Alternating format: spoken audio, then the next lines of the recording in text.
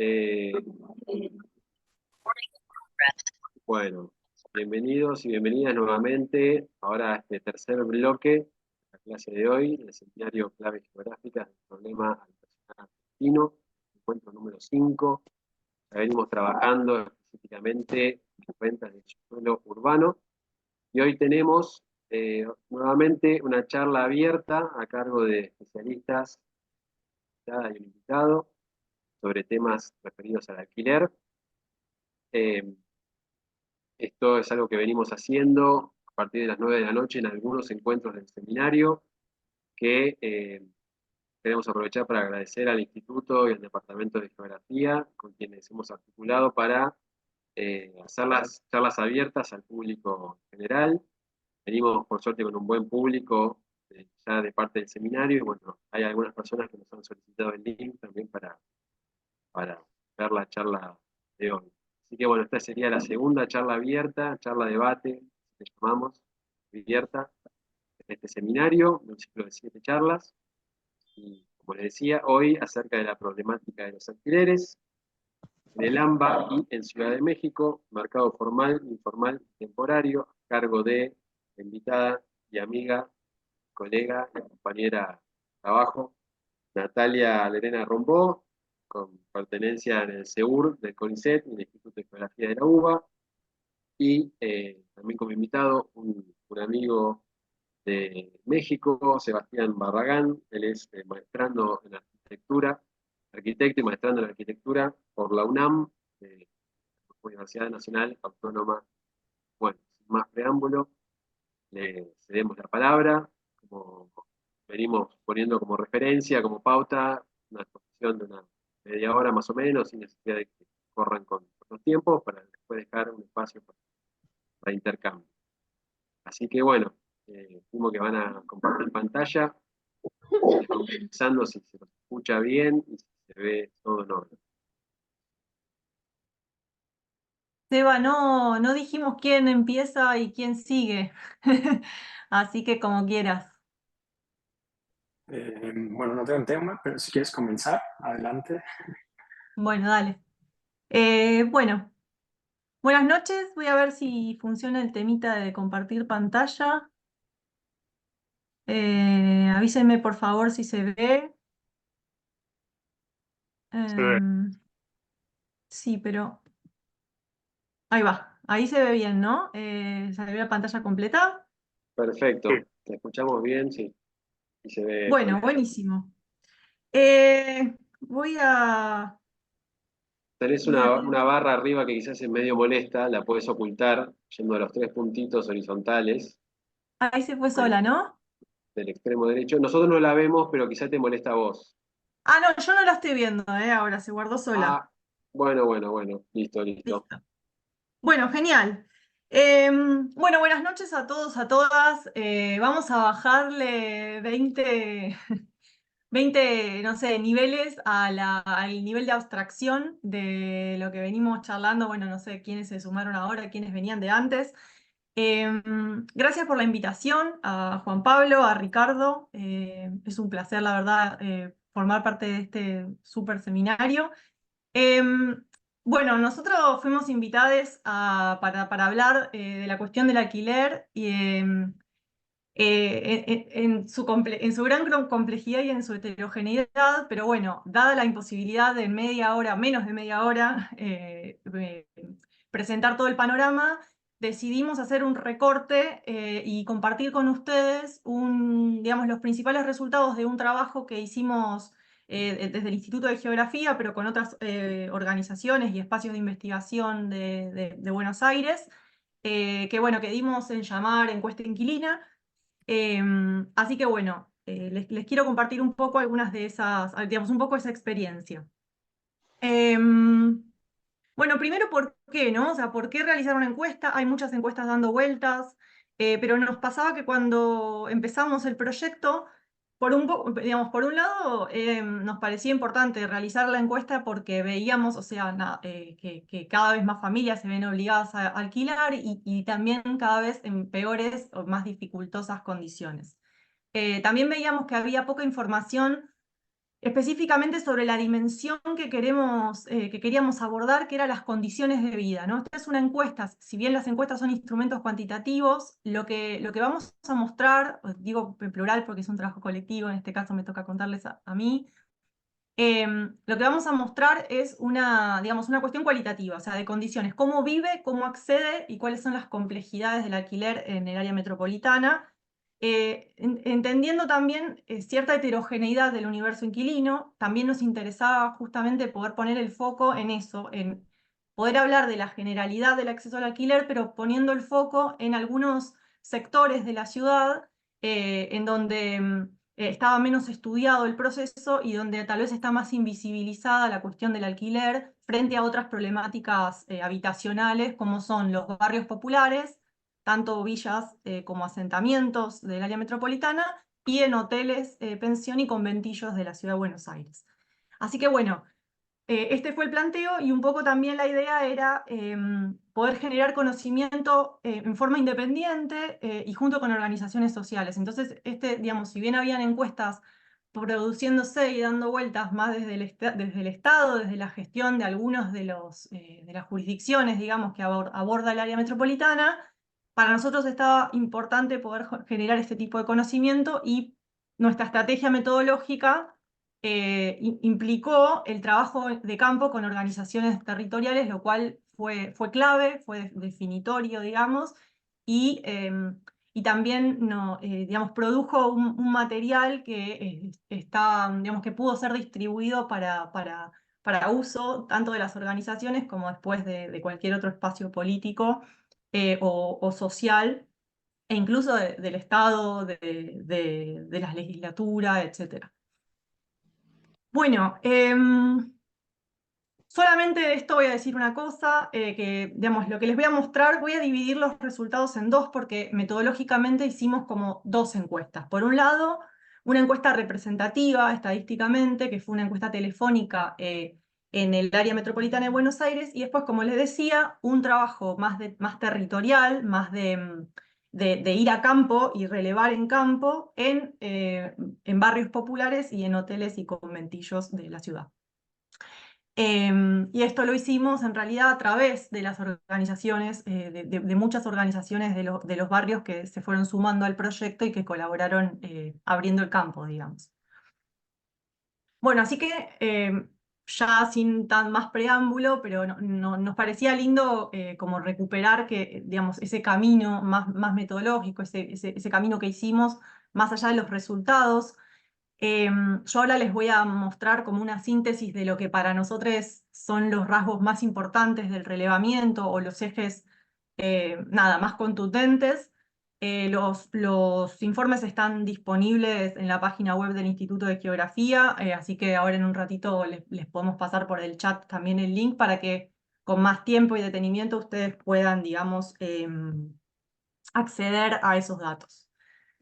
Bueno, entonces con respecto a esta primera encuesta general, esta encuesta representativa del área metropolitana de Buenos Aires, tenemos como digamos, organizamos los resultados en tres como ejes principales de indagación, también esto, ¿no? Definimos ciertos ejes, pero bueno, nos parecía importante poner el foco entonces en estas tres cuestiones, en cuál es la situación económica y financiera de las familias o de los hogares que alquilan, cómo son las condiciones habitacionales y cuáles son las condiciones de acceso y permanencia digamos, de estas personas para alcanzar un alquiler.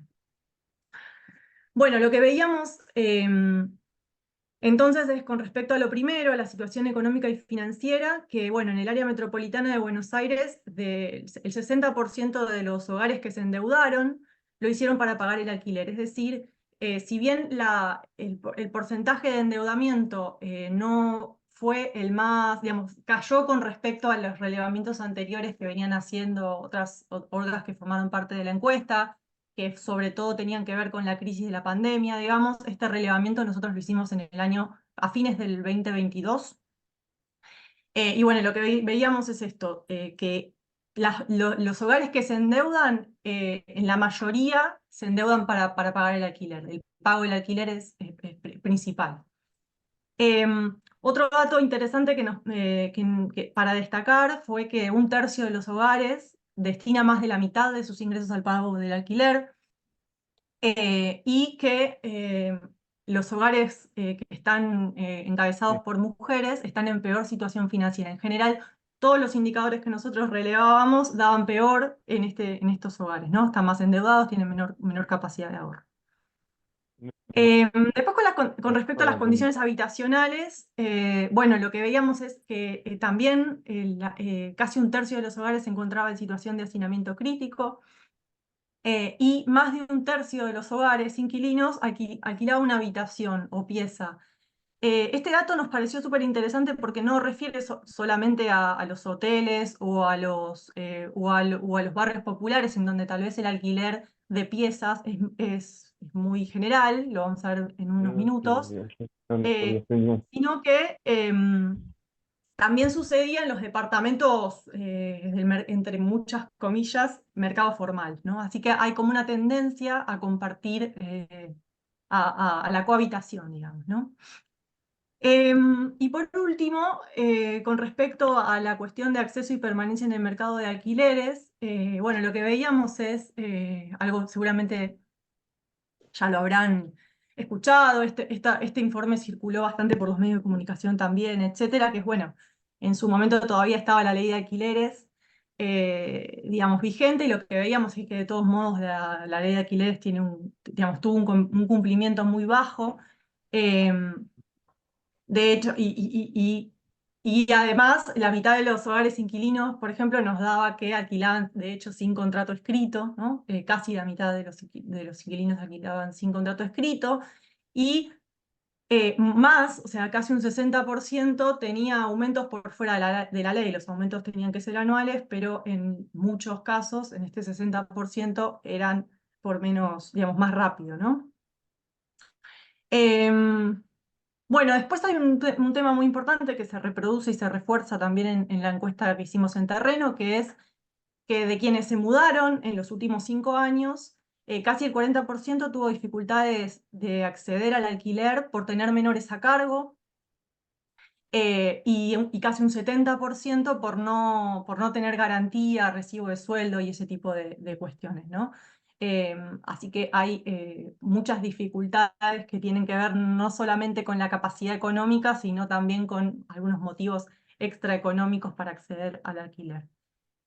Y bueno, y también otro dato que nos parecía importante es esto de que de aquellos que se mudaron, el 44% de los casos lo hizo por motivos ajenos a su voluntad, o bien porque no pudo sostener el pago, o bien porque el propietario o propietaria decidió finalizar el contrato. Bueno, esto con respecto digamos, a este primer panorama que quisimos tener, que a través de la encuesta telefónica que hicimos, digamos, para todo el área metropolitana. Ahora en esta segunda parte les quiero compartir, digamos, este Zoom que hicimos, más de trabajo en terreno, en donde profundizamos, digamos, en algunos aspectos, sobre todo esto, en los mismos temas, en las condiciones del habitar, pero tal vez pudiendo, nada, hacer más preguntas, tener otro grado de detalle, y que además, bueno, metodológicamente el trabajo en terreno también genera datos, nada, más fuertes, etcétera. Entonces hicimos Zoom, como les decía, en estos dos como conjuntos de subtipos de alquiler, podríamos decir, que tienen sus particularidades y que estaban menos explorados y también políticamente más afuera de la agenda de los medios, con respecto al problema del alquiler.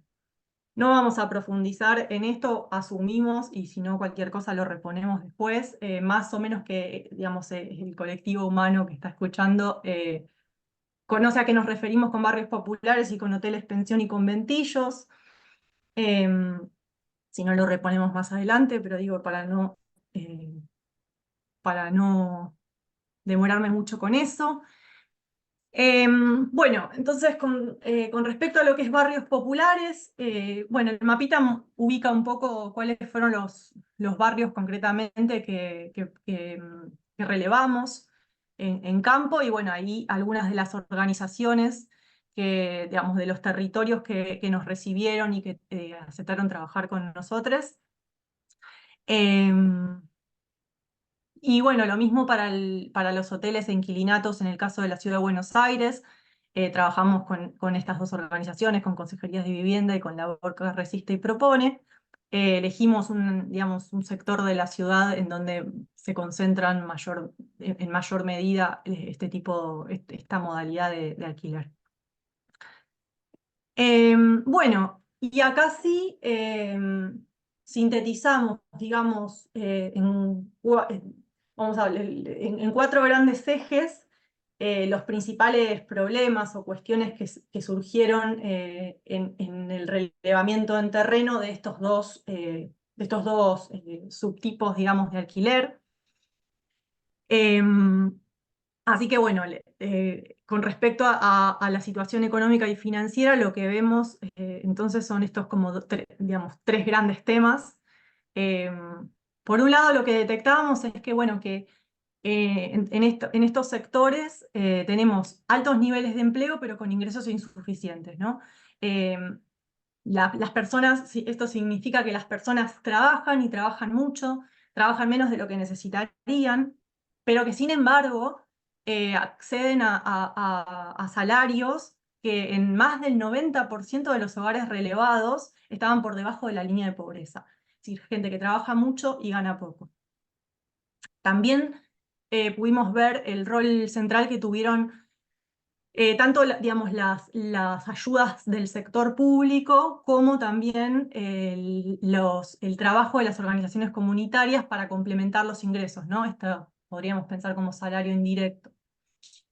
De nuevo, con respecto al endeudamiento, que era un eje que nos parecía interesante indagar, veíamos que la mayoría de los hogares está al día con el pago del alquiler, básicamente porque en estos mercados la presión, si te atrasás, digamos, es muy fuerte, básicamente digamos, perdés el lugar, y no hay mucha tolerancia en algunos casos de parte de los propietarios, entonces la gente sí o sí está al día para poder mantener el alquiler, pero sí lo que veíamos es que para poder mantener ese alquiler se contraen otras deudas, ¿no? Entonces, de entre quienes se endeudan, de vuelta, como la pregunta que hacíamos al principio, entre el 60 y el 70% destinan ese dinero prestado para pagar el alquiler.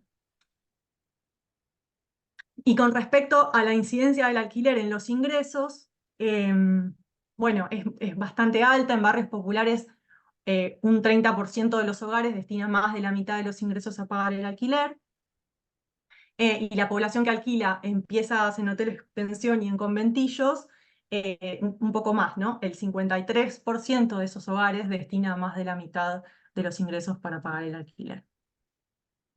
Bueno, con respecto a las condiciones habitacionales y de calidad de vida, bueno, el alquiler, un poco lo que decíamos, el alquiler de habitaciones, el alquiler de piezas o habitaciones no es exclusivo de los hoteles pensión y de los conventillos, sino que también es una modalidad muy generalizada en barrios populares. También el alquiler de camas en piezas compartidas, que eso es más importante en villas, es decir, en áreas centrales de la ciudad, que en los asentamientos de la periferia. Bueno, con respecto a la calidad de la vivienda y a la calidad del hábitat, también hacíamos preguntas específicamente sobre la casa y sobre el contexto, digamos, en el que está anclado esa casa y las condiciones del barrio. Y bueno, lo que veíamos es que casi el 40% de los hogares convivía con problemas graves de deterioro o falta de mantenimiento de la vivienda, o sea, personas que alquilan hogares con problemas graves, 40%. Y que también si lo cruzábamos por edad de la persona jefa de hogar, digamos, en los jóvenes estas situaciones son peores. Los jóvenes alquilan viviendas de peor calidad. Y el hacinamiento crítico también aparece en el 22% de los casos. Y después, con respecto al hábitat, también veíamos que más de la mitad de los hogares en hoteles y en barrios populares, en ambos grupos, vivían con condiciones de hábitat deficitarias, que después podemos detallar un poco digamos, qué dimensiones indagamos en ese sentido.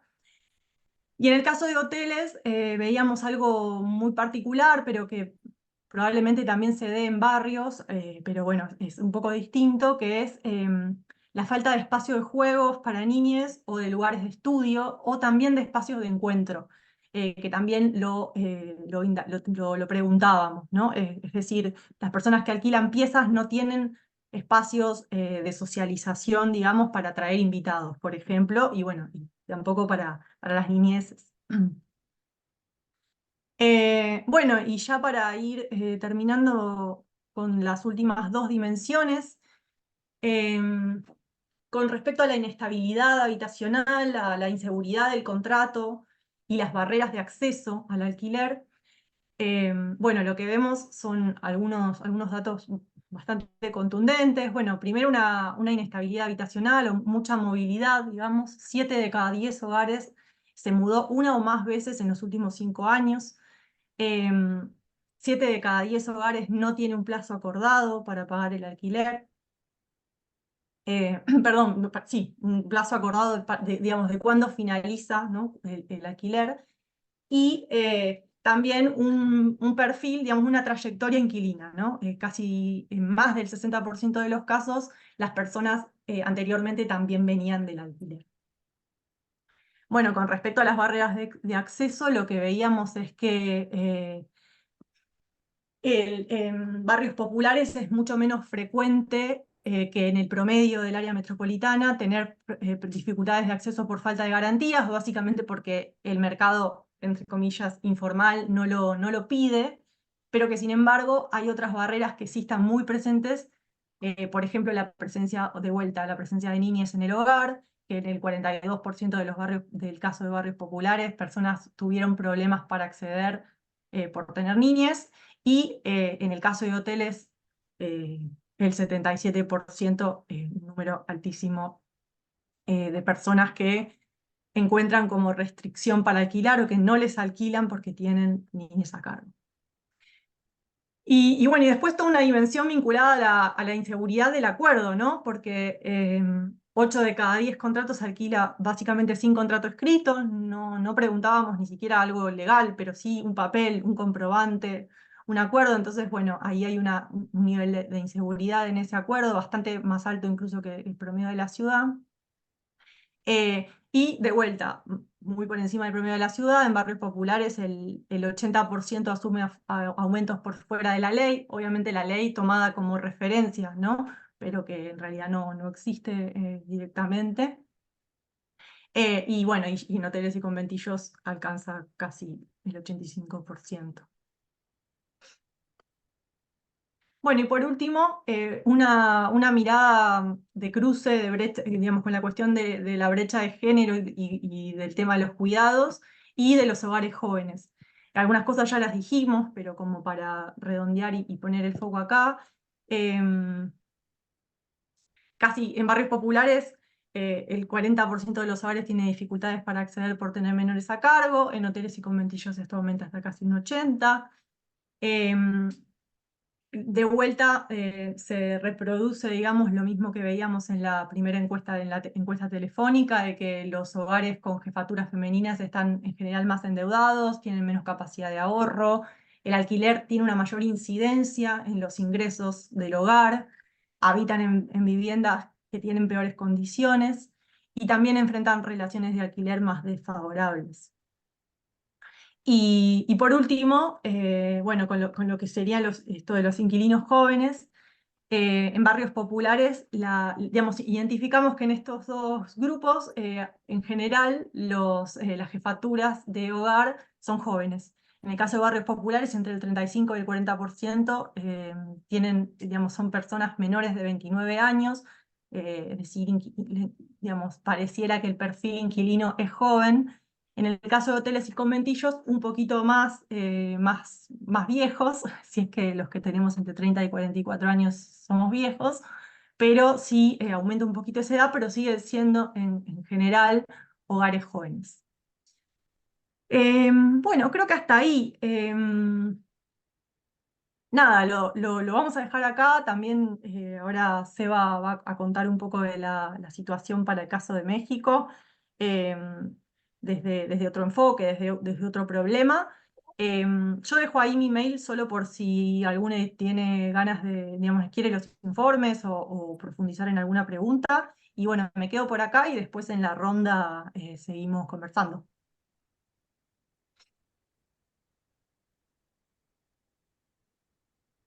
Voy a dejar de compartir, ¿no, Juanpi? Sí, buenísimo, Nati, muchas gracias. Ahí pones stop share, sale la pantalla, paso a... Bien. No, estoy Ahora voy a... haciendo otra cosa. Dejar de compartir. Estaba buscando Ahí, stop sharing y lo tenía en español. Listo. Bueno, todo tuyo, se va. Muchas gracias.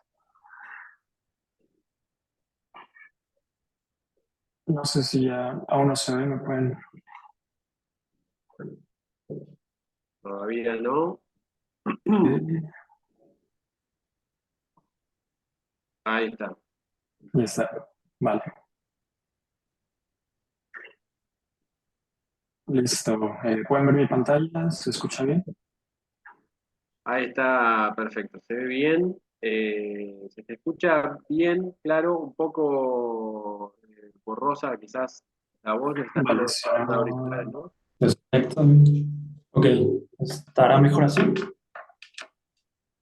¿Qué les parece? Un poquito mejor, ¿no? A ver si, a ver, habla, a ver cómo se... Muchas gracias primero a Juan Pablo y al Instituto por la invitación. Hoy Creo que les va voy a mejor que compartir... antes. Buenísimo. Gracias. Les voy a compartir un poco del panorama de la vivienda en alquiler en la Ciudad de México, que es parte de mi investigación de la maestría. Bueno, voy a comenzar por esta parte a nivel nacional, en donde tenemos este mapa que retomo del maestro René Flores, quien participa en el Laboratorio de Vivienda en la UNAM. Bueno, acá una representación bastante interesante de los datos del último censo de población y vivienda en el 2020, en el cual tenemos los datos de la población de vivienda en alquiler, perdón, por municipio en toda la entidad de México. Por acá podemos pensar en algunas conclusiones, algunas premisas que remiten a que la mayor concentración de vivienda en alquiler por municipio se encuentra en las tres áreas metropolitanas más grandes, que están en el estado de Nuevo León, al norte, en el área metropolitana de Guadalajara, en el estado de Jalisco, en el centro occidente, y en el área metropolitana de del Valle de México, en el centro del país. Sin embargo, también tenemos otras cuestiones puntuales como la vivienda en alquiler en números bastante considerables en ciudades costeras y ciudades turísticas cercanas a la costa, tanto en la península de Yucatán, al oriente, como la península de Baja California, al noroccidente. Entonces, bueno, este es un panorama general con los últimos datos del censo. Y por acá paso un poco al contexto de lo que es la Ciudad de México, que es donde se enfoca mi investigación. Bueno, una premisa que dirige mi marco teórico es precisamente acompañar el análisis de la vivienda en alquiler con el proceso de urbanización, expansión y consolidación de la Ciudad de México. Entonces, en esta animación que está a la parte izquierda, podemos ver precisamente ese proceso a través del siglo pasado, que es en el que pasa de una ciudad central, conocida hoy como centro histórico de la Ciudad de México, a una expansión y una urbanización totalmente desigual. Y bueno, acá traigo el ejemplo de dos alcaldías. En la figura 1.2 podemos ver un poco la expansión de la alcaldía Iztapalapa, la alcaldía más densamente poblada de toda la Ciudad de México. En la figura 1.3 es precisamente una de las calles de esta alcaldía, que en realidad podemos empezar a definir un perfil urbano. Son viviendas unifamiliares de un nivel, dos nivel máximo, con calles un poco angostas respecto al siguiente ejemplo, con pocas áreas verdes, con traza irregular, donde se dieron procesos de autoproducción de la vivienda, Y bueno, en la figura 1.4 podemos ver el contraste con una alcaldía mucho más central, como es Benito Juárez, en donde nos encontramos otro tipo de perfil urbano, edificios de departamentos de las primeras décadas del siglo pasado y puntualmente también de la segunda mitad, en donde se consolida esta tipología de vivienda.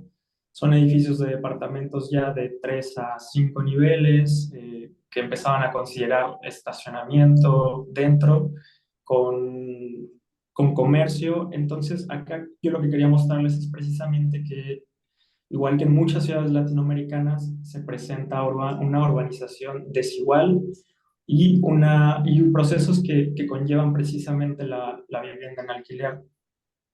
Bueno, acá es una gráfica que elaboré con base en datos de un sociólogo urbano que llegó francés, el doctor René Coulon, que llega a México en la década de 1970 a estudiar esta parte de la vivienda en alquiler. Los datos que yo extraje de su trabajo son precisamente de 1930 a 1980. Posteriormente, de 1990 al 2020, yo ya retomo estos datos de los censos nacionales de población y vivienda que levantan cada 10 años. Y acá un poco con la cuestión de que es desde 1990 que en estos censos se levanta puntualmente el dato de la tenencia de la vivienda, es decir, la pregunta de si la vivienda es alquilada o propia, es donde se integra formalmente en estos censos.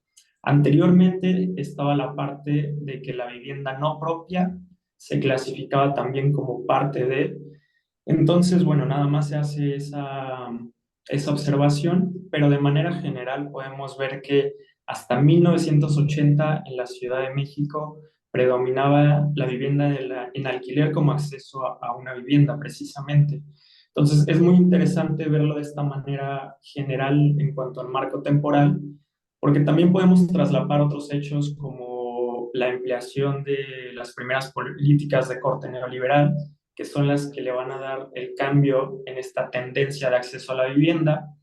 También podemos considerar en 1970 esta participación de México dentro de la Alianza para el Progreso, en donde uno de los puntos de esta alianza que fue propuesta y planteada por Estados Unidos es precisamente cambiar este punto de esta idea de que el propietario era como un poco o un tanto más manipulable socialmente y políticamente.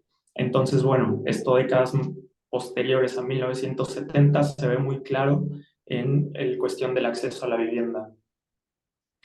Acá les presento una gráfica sobre la vivienda en alquiler precisamente.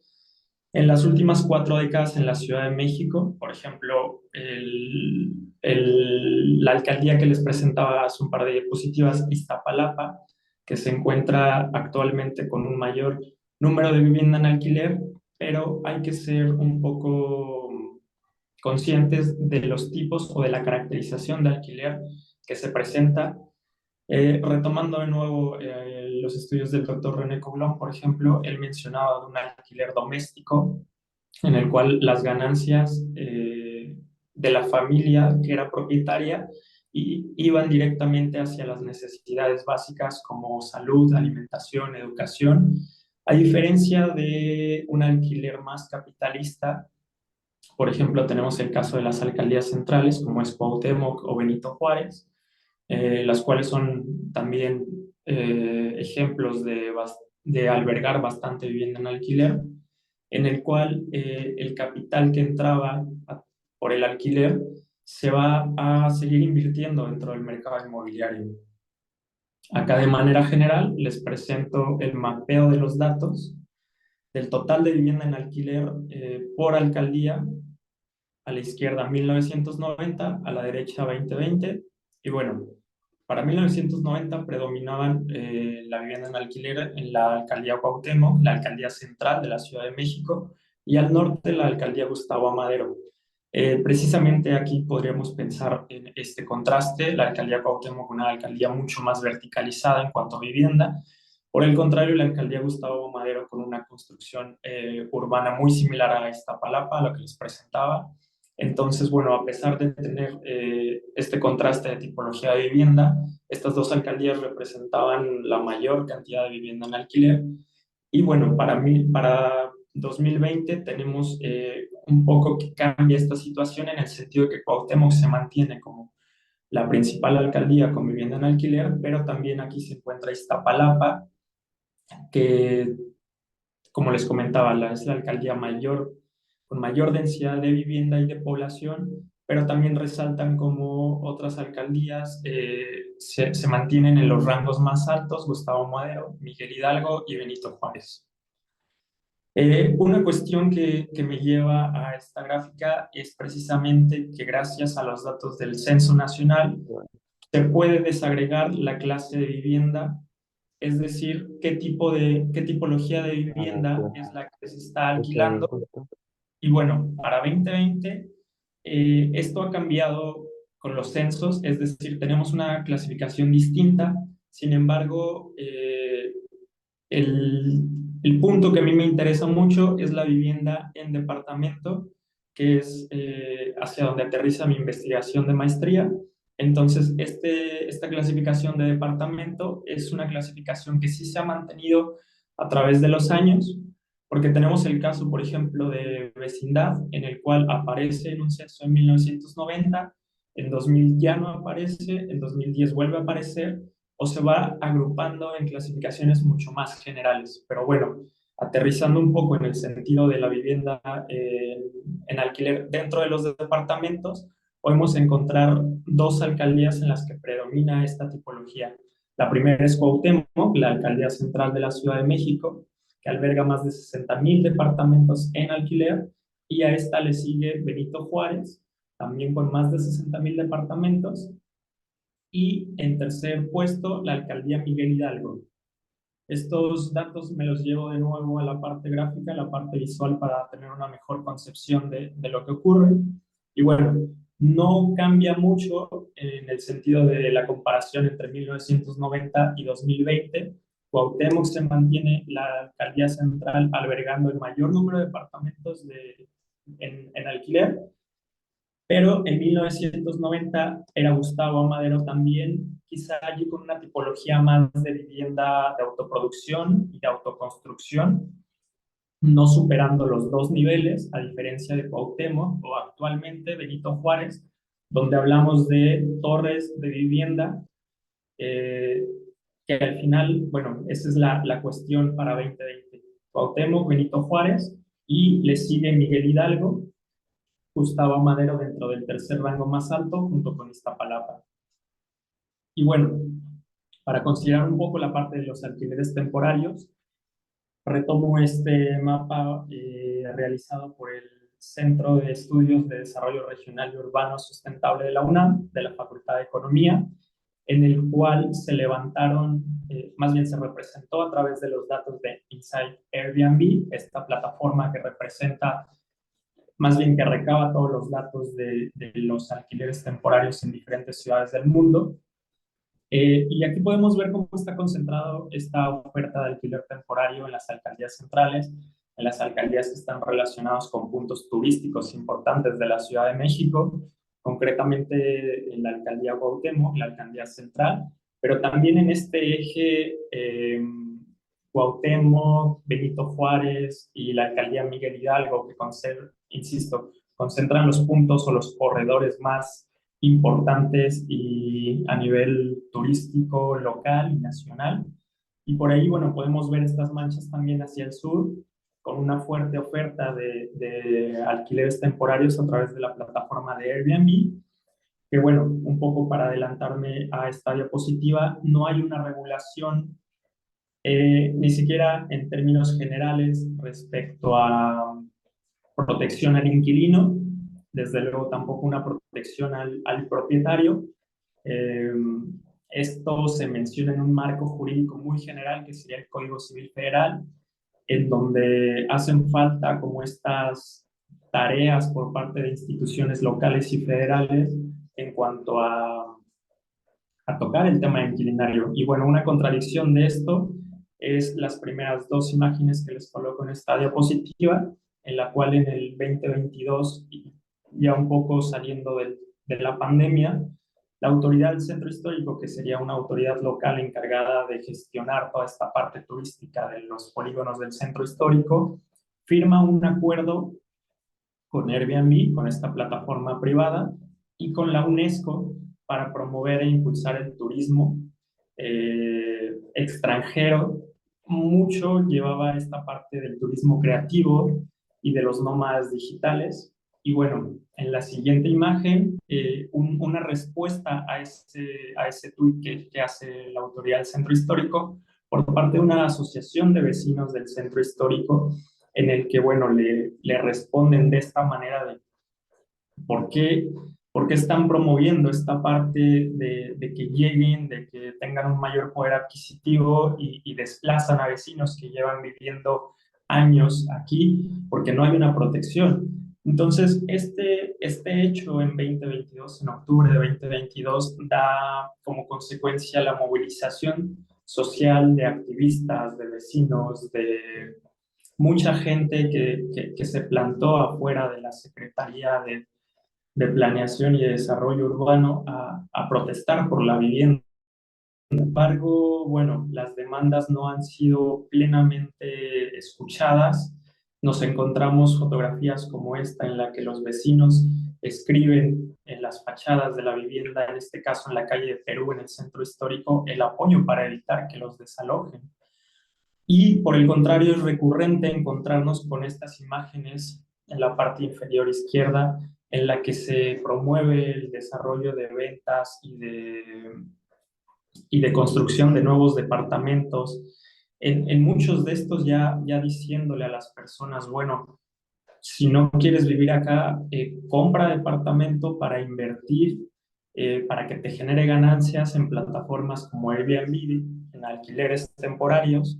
Y bueno, esta idea de llevarlo también a un patrimonio, a tener allí un patrimonio que se vuelve un activo financiero, y esta imagen de cómo la ubicación de la ciudad, la centralidad, es parte como esta publicidad del marketing urbano en el cual, bueno, puedes vivir aquí en el centro histórico, cerca de todo, en espacios muy reducidos, porque el mismo cartel nos dice 30 metros cuadrados, una sola recámara, en más de 1,5 millones de pesos mexicanos. Entonces, un poco esta contradicción de lo que ocurre tanto en las acciones públicas y privadas en un tema como la vivienda, en el cual no debería ser el mercado inmobiliario el que determine esta cuestión, sino las acciones, tanto público y privadas, las que deberían cambiar esa visión de la vivienda como una mercancía a un derecho, que es realmente la cuestión que nos corresponde a todos. Pero bueno, con esto cierro y muchísimas gracias por la atención y por la invitación. Bueno, muchísimas gracias, Sebastián y Natalia, por sus cuestiones. Bueno, nos quedan unos 15 minutitos hasta las 10. Como siempre, invitamos a quienes quieran y puedan a quedarse unos minutos más. Bueno, hay un par de preguntas en el chat. Ya vamos también a intervenir desde el micrófono directamente, a que se animen a hacer las preguntas o comentarios. Bueno, de mi parte, no dejo de pensar en la vinculación de estos temas con muchas cuestiones que venimos viendo en el seminario, ¿no? La relación del alquiler o de los gastos en vivienda con los salarios de la fuerza de trabajo, eh, bueno, las lógicas, ¿no? La contradicción valor de cambio o valor de uso, la prioridad de invertir en vez de viviendas para vivir, como marcaba Sebastián al final. Eh, bueno, vamos introduciendo estas cuestiones comunes a la latinoamericana de la mano de la especificidad de cada caso. Bueno, abrimos el espacio para preguntas o comentarios. Vayan levantando la mano, les vamos dando la palabra.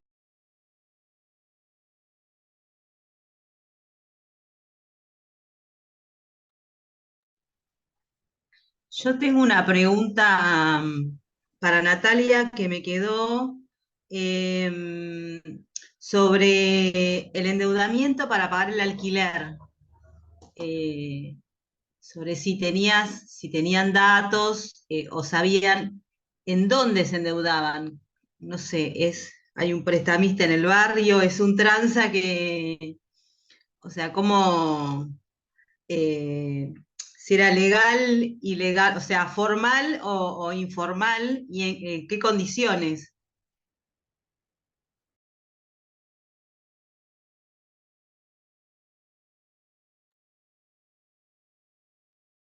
Si les parece, juntamos dos preguntas más y hacemos una ronda de tres. Sí, optimizamos el tiempo. Si querés, Juan, las del chat. Dale, pues aprovechamos, planteamos dos que habían volcado en el chat. Una tiene que ver con, creo que tiene que ver con la cuestión de la movilidad entre distintos alquileres y la falta de arraigo, cómo impacta en la cuestión de la atención a la salud. Eso preguntaba Rosana. Y antes Gerardo preguntaba sobre la relación de estas cuestiones problemáticas de alquiler con la idea de activismo urbano. Bueno, si quieren hacer un comentario sobre estas tres preguntas.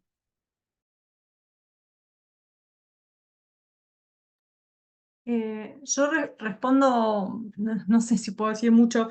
Está buenísima la pregunta sobre la cuestión del endeudamiento. Nosotros efectivamente preguntamos por separado, digamos, si se tuvieron que endeudar con familias o con amigos o qué sé yo, o si se tuvieron que endeudar con bancos o con prestamistas. Pero en este momento no tengo a mano el resultado desagregado, porque agrupamos, para armar el dato ahora, agrupamos digamos, todas esas fuentes, pero me quedo con esa pregunta y si después te interesa, lo buscamos entre todas las miles de tablas y te lo mando, porque la verdad es que no lo tengo desagregado en este momento. Pero es re importante, de hecho lo preguntamos bueno, por eso, porque efectivamente hay distintos, no es lo mismo endeudarse con la familia que con prestamistas, que también aparecía, o con bancos, que bueno, son instituciones más formales, digamos. Después lo de salud, no entendí mucho la pregunta. Por lo menos en lo que respecta a la encuesta inquilina, no hicimos preguntas sobre acceso a centros de salud, por ejemplo, en estas condiciones de hábitat que decíamos. Sí, digamos, ya de lo que sería más estudios, más allá de que hicimos nosotros, pero como estudios secundarios, digamos, fuentes secundarias, sí aparece un poco en la cuestión de la localización de esos alquileres o de personas que prefieren alquilar en áreas centrales, en peores condiciones, por ejemplo en villas, tal vez con niveles de hacinamiento más altos o con condiciones o con cuartos, digamos, habitaciones más pequeñas, etcétera, para poder tener acceso a este tipo de, digamos, atributos, como por ejemplo el acceso a la salud. Pero no es que nosotros lo hayamos preguntado puntualmente en la encuesta. Pero sí sabemos que más o menos se organiza así, que muchas personas toman la decisión, o mismo pasa también con los hoteles. En hoteles, en inquilinatos, muchas personas prefieren digamos, alquilar piezas de hotel, digamos, por la ventaja que representa vivir en el área central, cuando tal vez con ese mismo dinero podrían alquilar algo mejor, pero más lejos del trabajo, más lejos sobre todo de esto, de lugares de salud y de educación. Seba, no sé si...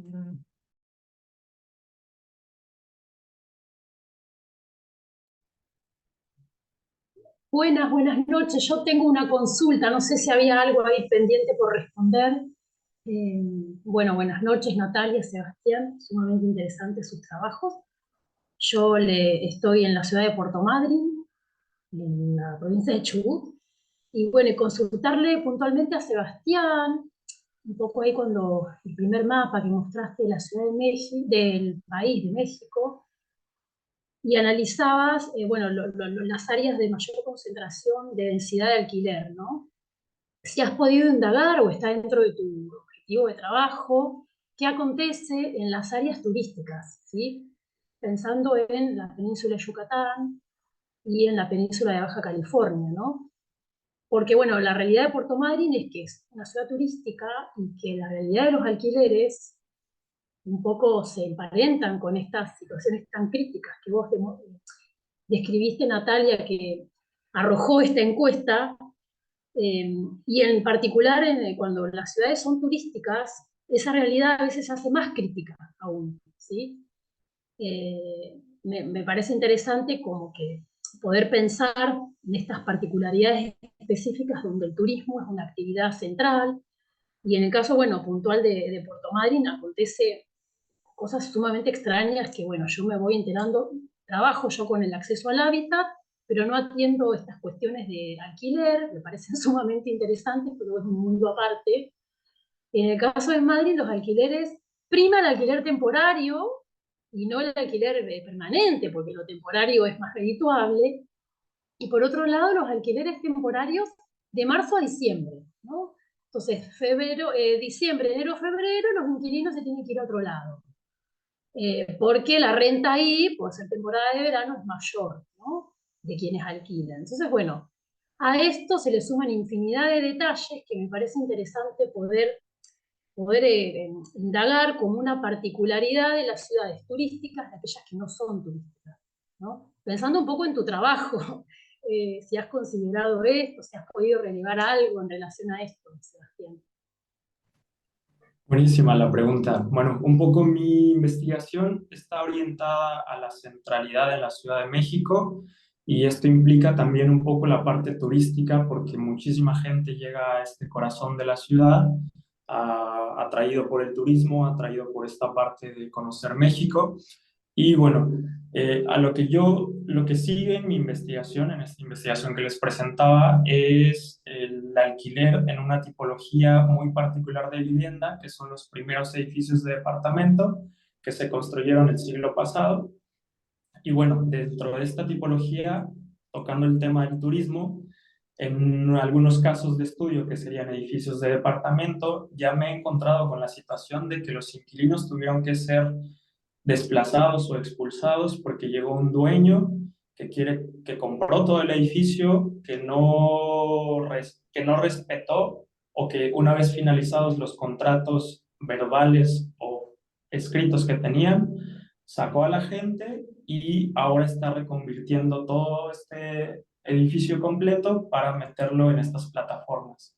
Esa es la cuestión a la que yo oriento mi investigación. Sin embargo, de manera general, en México, buscando la información estadística nacional, me lleva a ciudades como Quintana Roo, como Cancún, Quintana Roo, o como Los Cabos, ciudades que están como de extremo a extremo, pero que tienen estas características en común de tener playas, de recibir también mucho turista cada año, turistas extranjeros, estadounidenses, europeos, canadienses, que son las ciudades que tienen los números más altos de vivienda en alquiler. Y esto es bastante curioso.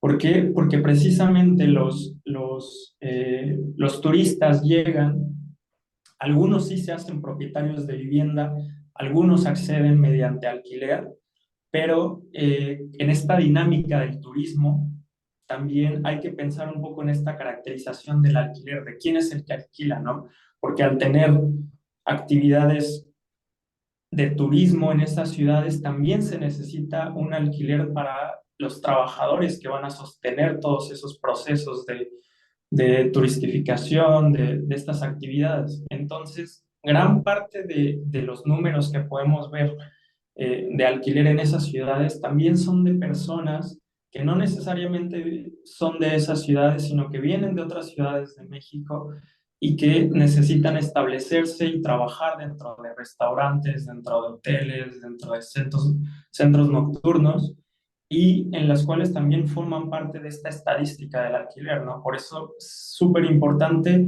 no solo quedarnos con el dato puntual estadístico, sino empezar a caracterizar e ir un poco más allá de las dinámicas sociales que se dan en torno a esta situación. Entonces, por ahí, en esa pregunta, justamente encontramos que hay mucho más dentro de estas actividades de turismo.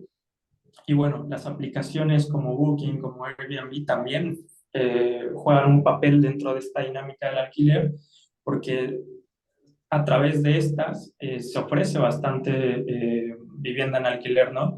Entonces, de manera general, un poco ese es el panorama. Sin embargo, en esta investigación, bueno, un poco más apunto hacia una centralidad de la Ciudad de México, pero espero haber... Sí, sí, gracias. Me interesaba un poco porque es una realidad que quienes vivimos en Madrid palpamos, por más que no la investiguemos, ¿no? Tenemos Claro. compañeros, compañeras que vienen de otras ciudades a vivir o a trabajar y no encuentran alquiler, no solo con requisitos de sin infancia, sino también inclusive sin mascotas, ¿no? Sí, total. Entonces hay una cuestión de requisitos cada vez más extensos y más perversos también para quien desea alquilar, ¿sí?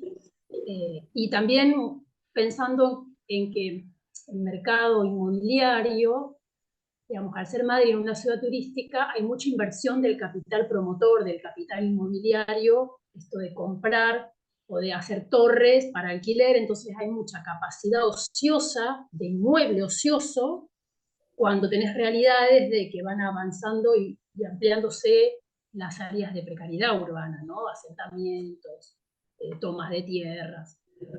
Bueno, un montón de cuestiones para trabajar. La verdad, no nos quedamos no nos quedamos sin problemáticas de estudio para abordar. Así que bueno, gracias por sus presentaciones y sus respuestas. Gracias. Bueno, ahí seguimos dando alguna pregunta más, ya vamos llegando a los últimos minutos igual. Eh, yo quería hacer un comentario sobre esto que machacábamos en la clase teórica, sobre las rentas vinculadas al uso de la vivienda como rentas de monopolio, que son tales justamente porque no derivan de costos de un capital que se está valorizando. Y esto queda bien claro cuando el alquiler puede avanzar más allá de lo que necesitamos como salario para vivir. Eso creo que quedó muy claro en todos los datos que presentó Natalia, ya sea en zonas consolidadas de la ciudad de Buenos Aires, como en barrios populares o en hoteles y pensiones, como ese poder de monopolio sobre el suelo para usar como residencia avanza claramente no sobre la sobreganancia de un capital, sino sobre los salarios de la fuerza de trabajo y sus necesidades de reproducción. Eh, Estaba planteado por ahí en el chat alguna cuestión sobre el extractivismo inmobiliario. No es un concepto que usemos, por lo menos nosotros con Ricardo, en general. Como vimos en el bloque anterior, todo capital inmobiliario está muy interesado en la extracción de renta del suelo, así que en eso no vemos que haya algo nuevo, pero sí quizás se me ocurre que queda exponenciado o evidente en esta prioridad de la vivienda para inversión sobre la vivienda para uso, o sea, la contracción valor de cambio valor de uso cuando es llevada a su máxima expresión y contradicción. Quería retomar también una pregunta que había en el chat de Gabriel. Sí, bueno, trabajo de Patricia, sí, amiga, hemos trabajado con ella, hemos invitado varias veces, podemos utilizar también. Había una pregunta de Gabriel sobre el tema de los impactos de Airbnb. No sé si la retomo del chat o si querés, Gabriel, plantearla, y se me ocurre puede ser uno de los puntos a partir de las exposiciones de posible comparación entre el caso de Buenos Aires y de Ciudad de México, si los chicos quieren aportar algo sobre eso. No, simplemente aclaré que entré con la exposición inicial, pues de repente, pido disculpas, de repente ya lo había tratado Natalia antes y no llegué a verlo, por eso lo escuché en el caso de México, pero no en el de acá de Buenos Aires. Por eso lo pregunté, pero si fue tratado, pido perdón y listo, paso. No, gracias, Gabriel. No fue tratado porque, bueno, nada, no había mucho tiempo para abocarse a eso. Bueno, no sé en concreto, digamos, es un mundo en sí mismo, ¿no? La cuestión de los alquileres temporarios. Para mí por ahí lo más interesante, hay un montón de cosas interesantes para ver sobre eso, pero algo que me parece interesante justamente para cruzar con la problemática del acceso al alquiler, es que de alguna manera los alquileres temporarios en el último tiempo, en el último año, año y medio, en Buenos Aires, lo que un poco venimos viendo es que está presionando a la suba de los alquileres en general, digamos, ¿no? Como,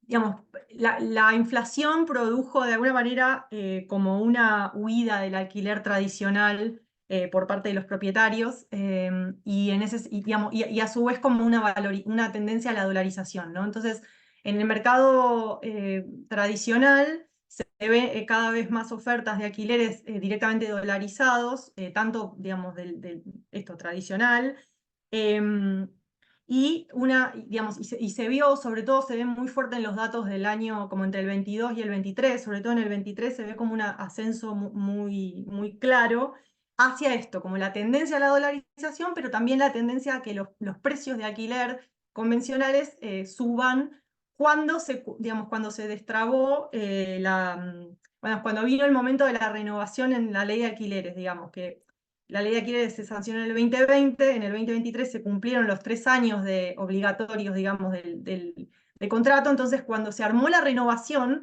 se dio como un salto muy, muy claro porque los propietarios intentaron recuperar toda la renta, digamos, todo eso que habían perdido por inflación en los años anteriores.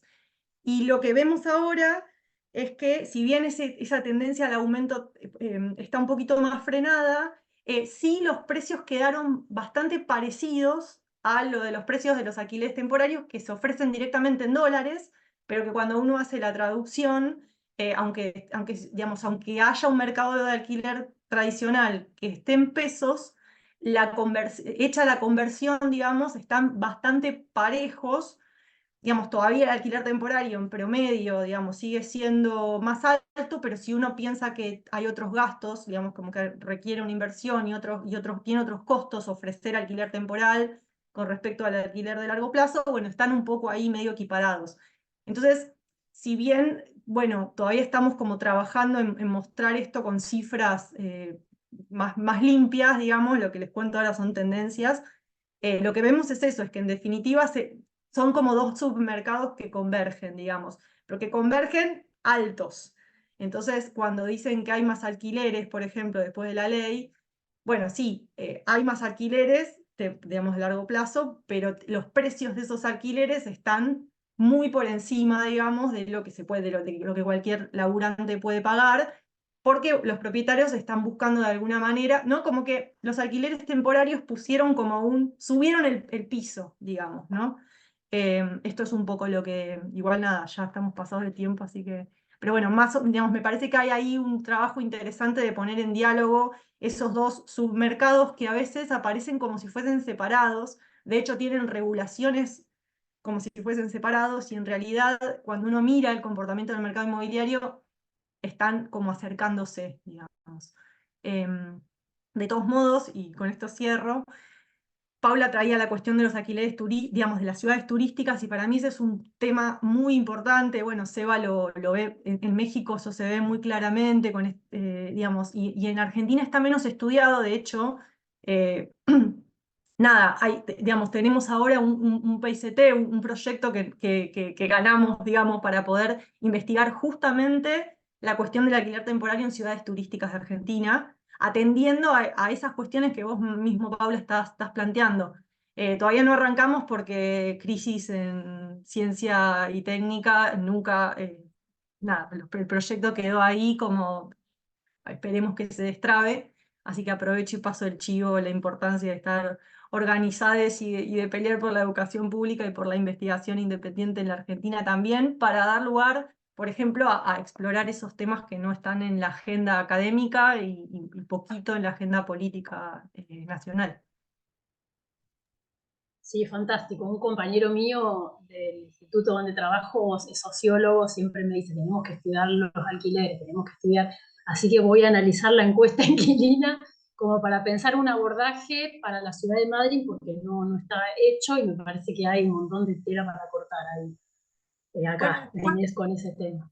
Después nos ponemos en contacto porque todavía hay que elegir los casos de estudio y Madrid no estaba en el Mira, radar, pero bien podría hacerlo.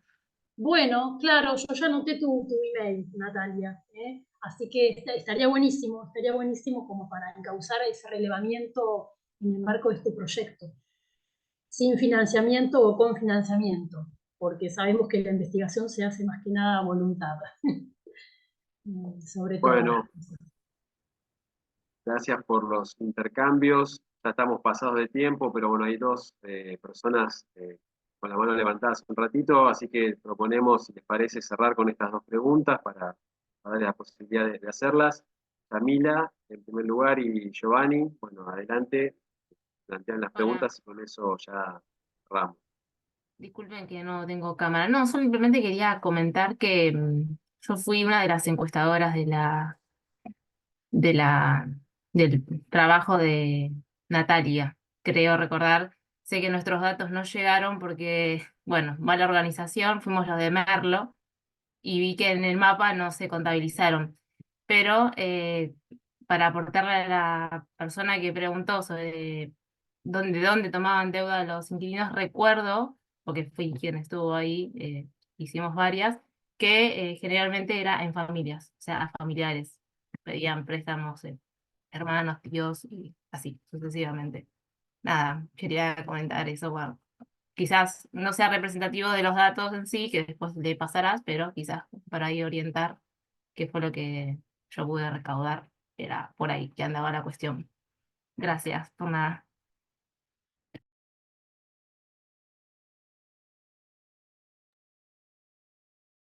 Sí, Giovanni, si querés plantear tu pregunta o comentario. Sí, es un comentario escuchando pues esta cuestión por el alquiler en los centros urbanos metropolitanos de la Ciudad de México y de Buenos Aires, me lleva a pensar que esta dinámica sobre las rentas urbanas o el alquiler de las rentas, el alquiler de las viviendas, digamos que podría llevarnos a, a un lugar un poco, un análisis un poco más profundo sobre hacia, digamos, que tal vez puede develarnos un desplazamiento intraurbano, ¿no? En esta dinámica de los alquileres. Es decir, que si se revisa tal vez dónde se presenta en todo un área metropolitana, dónde se presentan el alquiler de las viviendas, nos podríamos dar cuenta o podría darse cuenta de tal vez una dinámica de desplazamiento desde el centro de la ciudad hacia la periferia de la ciudad, ¿no? O no hacia la periferia seguramente sea la vivienda que se está construyendo y esa está más relacionada a la vivienda propia o a la autoconstrucción, sino a una vivienda en cercana a la periferia. Y esto lo digo porque creo que la lectura se debe hacer de todo. Por ejemplo, en el caso de México, se debería hacer de todo el Valle de México. Creo que sería oportuno hacer este análisis porque, por ejemplo, en la Ciudad de México hay 8.8 millones de personas, ¿no? Pero realmente donde está toda la fuerza laboral, que, o la mayoría de la fuerza laboral del Valle está en el Estado de México, que tiene 17 o casi 17 millones de personas, que es donde está el problema habitacional realmente. Y esto lo que nos lleva tal vez es más bien a una pregunta por las condiciones habitacionales, no solamente por la tenencia de la vivienda, que es importante, no estoy diciendo que no, pero también por estas condiciones. Ahora, en la gráfica que mostró el compañero Sebastián, tal vez ubico también el Infonavit, que es el Instituto de Vivienda de los Trabajadores, que nació en 1972. Me parece también que podría influenciar este cambio, este giro que hay entre la proporción de los arrendatarios y la proporción de las personas o de la vivienda con vivienda, las personas con vivienda propia. Creo que podría ser importante en ese análisis. Bueno, muchas gracias a los compañeros, a Juan Pablo, muy interesante esa exposición que hizo sobre las rentas urbanas en Jaramillo. Muy amable. Muchas gracias, Juan. Bueno, muchas gracias, Giovanni. Bueno, ya para cerrar, les dejo un último espacio a los presentadores por si quieren responder a algo de estas últimas intervenciones o algo que les haya quedado pendiente, ya como cierre de la charla.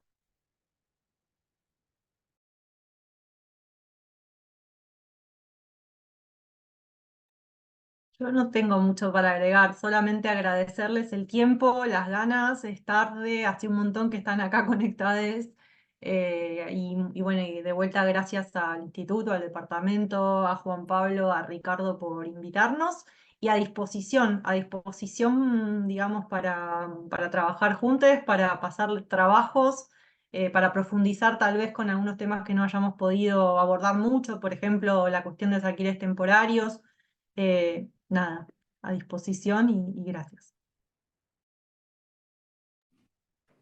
Bueno, gracias igualmente al último comentario, súper atinado en este sentido como del tema metropolitano del Valle de México, muy atinado esta situación de poder subir un poco la escala y verlo desde esa magnitud, porque es cierto que conlleva mucho más cuestiones, y bueno, también estas decisiones político que han tenido los efectos en cuanto a esta gráfica que les presentaba de la segunda mitad del siglo pasado, muy atinado. Entonces, muchísimas gracias por el comentario y muchísimas gracias por la invitación y por la atención en esta charla.